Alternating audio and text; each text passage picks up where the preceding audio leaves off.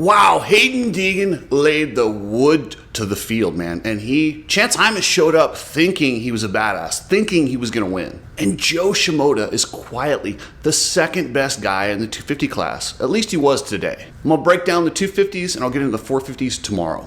As rough and gnarly as that track was, I guarantee you almost all those dudes need Nano Extreme. I hear Jason Anderson might be using it, and he had that great second moto performance. Maybe he used Nano in between motos. I don't know. But anyway, head over to Nano Extreme, use code Cooksey, and get free shipping. If you got an event planned this summer, check out Coach Rob. Click the link below, get a 30-minute consultation with Coach Rob himself, and he'll help you figure out your program so you're doing what you need to do to get prepared for whatever you want. And thank you, members. All of you guys are entered to win the new Power Sports XQi3E motorcycle. One of you members will be getting one in December. So after qualifying, I was thinking, man, these guys might have something for Hayden Deegan. Maybe he does have that dreaded Supercross hangover. Are these guys fired up? Are they going to get the jump on him? And then seeing what Chance Hymas did at the very end of that practice session, qualifying session, where he bumped Deegan off the podium, that's when I knew they were in trouble. That lit a fire under Hayden Deegan,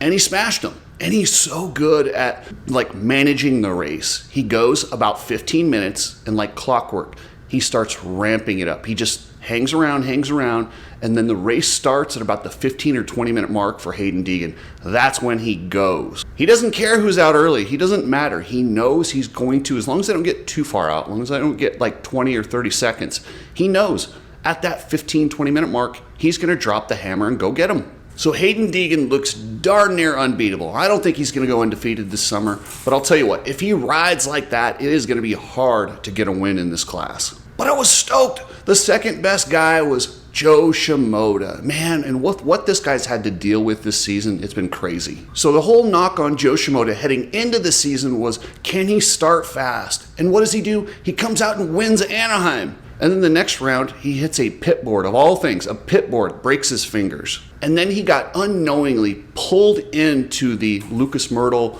Lawrence drama. So Joe, his agent is also Lucas Myrtle, and he thought he was friends with the Lawrences. He thought he was part of the crew until he moved to Florida last winter. And he went to Florida and went, hey guys, I'm here. Can I train with you guys? They're like, no, you can't train here, Joe. And that was kind of the first sign that the Lawrences didn't see him as part of their crew. And I think it was news to Joe.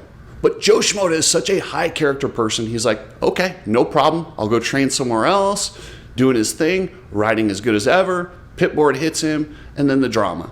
And what sucks about the drama is he decided, you know what? I'm going to stay with my agent, Lucas Myrtle. I've heard what the Lawrences have said.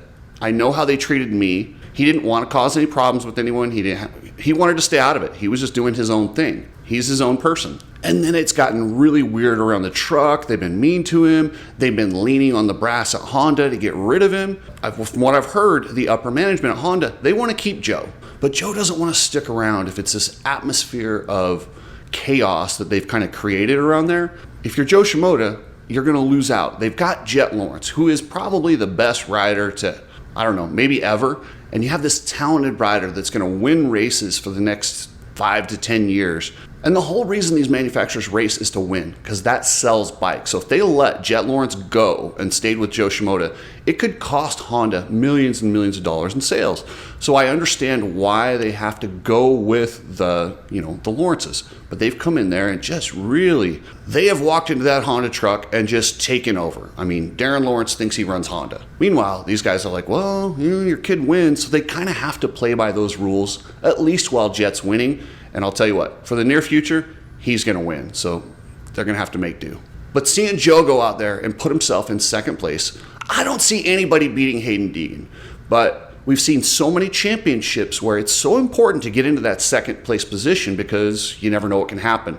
A guy can get hit with a rock. There could be a practice crash, a bike failure. It's very important for these championships, even though it seems like a guy's going to dominate, to put yourself in second just in case. There's a lot of champions who got their titles that way. And that's not to say they didn't win the titles, but that's part of it, is you have to put yourself in that position. So I think Joe's putting himself in a perfect position. So if anything does happen to Hayden Deegan, he'll be your champion.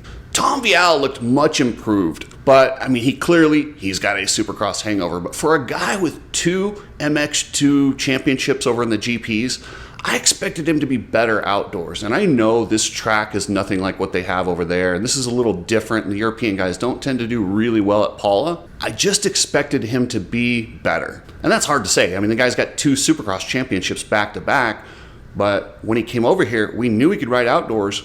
We weren't sure about Supercross. He's done really good in Supercross, and outdoors has been But let's see if Tom can make some improvements when they get back east. When they get to those softer tracks, he's really good at Southwick and some of the other ones. Maybe he can step up and be the GP rider that I thought he was outdoors. But either way, it doesn't matter. The guy's got 2 Supercross titles. Check out Ride Strapped, goggles, glasses, shirts. Just a really cool company that I appreciate being associated with. Hit up ridestrap.com. Precision Transport.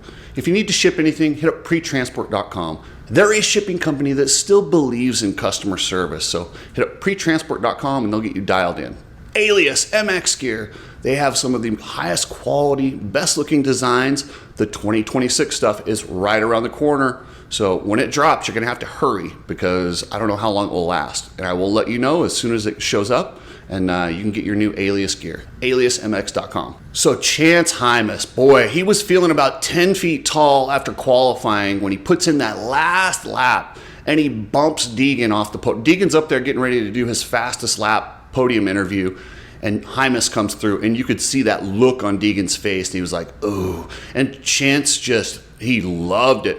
But he didn't know he was really, at that point, he was done.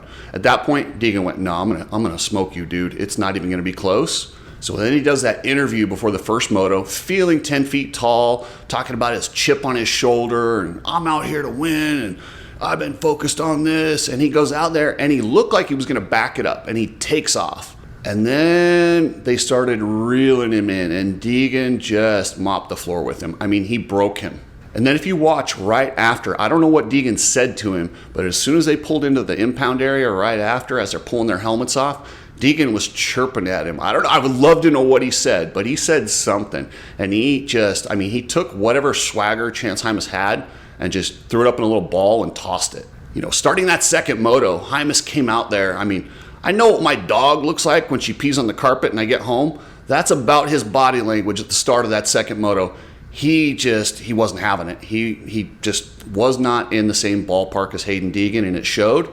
He's still fast. He's going to be there, but he is not a formidable rival for Hayden Deegan. He's a guy that's going to get podiums and ride really good, but if he tries to position himself as the opposite of Hayden Deegan, he's just going to get smashed over and over.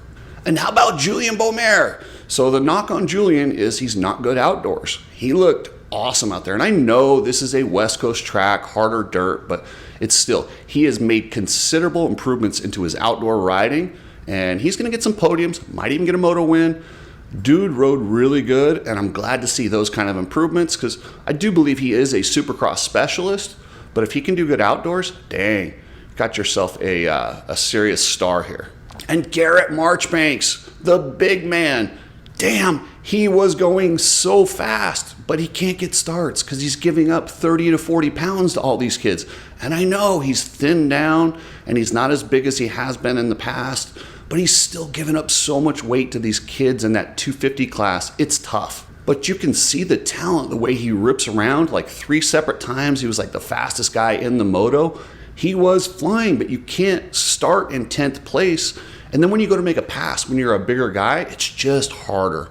But he's so talented. He's going to get up there. He's going to be in the mix. I don't know how he gets starts. I just want to see this dude on a 450 so bad. And boy, poor Levi Kitchen. So I had thought that he was going to have a hard time outdoors because of the crash that he had in Daytona. It was nasty. It was one of the worst crashes. I mean, he's fortunate to only have the injuries that he did. But then this week I heard that he'd been riding. He's 100% and he's under the radar. Okay, clearly that was the wrong information. That is not what I saw out there. What I saw is a guy recovering from a major injury, getting back out there. I think Levi will be fine. That sucked that his chain broke in the second moto and he got 0 points, but Levi Kitchen's going to put himself in a position to get some top finishes. I don't know if he'll have as good a season as last year, but man, he's lucky to be racing after that crash in Daytona. That thing was nasty. I think Levi Kitchen's got to take a look at this year and look at this summer as kind of rebuilding, because, you know, it was kind of downplayed, the severity of that Daytona crash, but it was bad. All right, guys, I'll be back tomorrow, and yes, I'll talk about the 450s, Jet, his security, and some of the other things they did. Listen, he did a good, like, kind of apology, and they kind of totally ruined it today. They took something that was good and just destroyed it. But that's kind of what the Lawrences do. At the end of May, I'm giving away a 32 ouncer of Nano Extreme. All you have to do is sign up as a member, and one of you guys will win a 32 ounce bottle of Nano Extreme. So thank you guys. Appreciate everything. Here's your member of the day.